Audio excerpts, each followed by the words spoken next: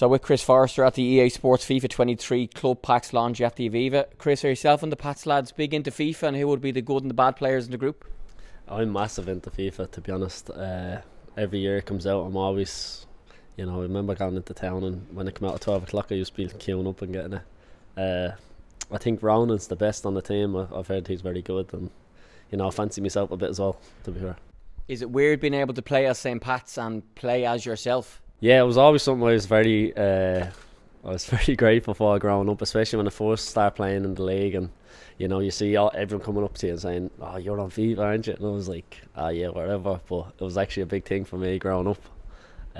So it's great. Chris, in terms of stuff on the pitch, a really positive few weeks, 5 league wins in a row, really in the race for Europe now since the European run of this summer came to an end. How would you reflect on the last couple of months overall? Yeah, it's been good. Lads have gelled really well. Results have been good.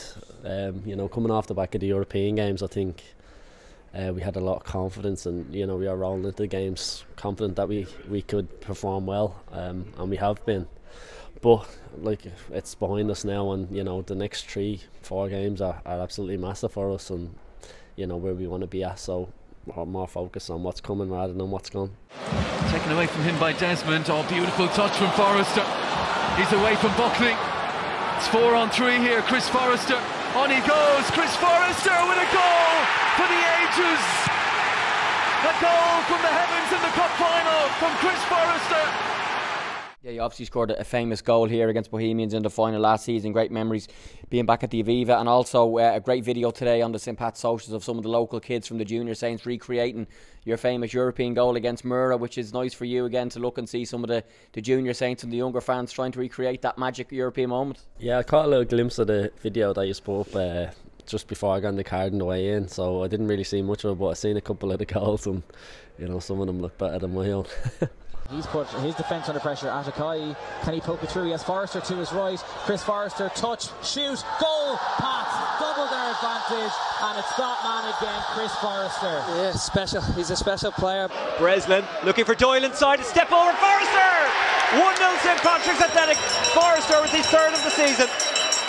In terms of goals, 3 in a row for you in the league as well. The last time we spoke earlier on in the summer, you were saying you wanted to add more goals to your game this season. What's been the key to your form in front of goal? I think probably playing a different position now, a bit more advanced and a bit more emphasis on getting in amongst the goals and the assists, whereas I was probably playing as a bit of a deeper midfielder early on the season because Lenny and probably players wise we were a bit short in that position, but I'm a bit more advanced now and getting chances every game, which is, I feel like if I get the chances, I'm clinical enough to put them away. And the last 3 games I think I've scored, so hopefully that continues. You mentioned about your position being a bit higher up in the midfield now since Jamie Lennon has returned. Adam O'Reilly's been really good in there beside you as well. Won a couple of Player of the Month awards. Serge has come in, maybe a higher up role. When Tyce Timmermans has played, he's really impressed. Then you've got the likes of Billy J, Ben McCormack all fighting for places, so it's been an important department of the pitch in that middle area. Yeah, it is, and it's no easy position to hold. You see, especially with my position now, I know that there's people breathing down my neck to get into my position. Same goes for Lenny, Adam and Tyce in the more deep midfield role. So yeah, there's great competition in the squad, and I think it's healthy.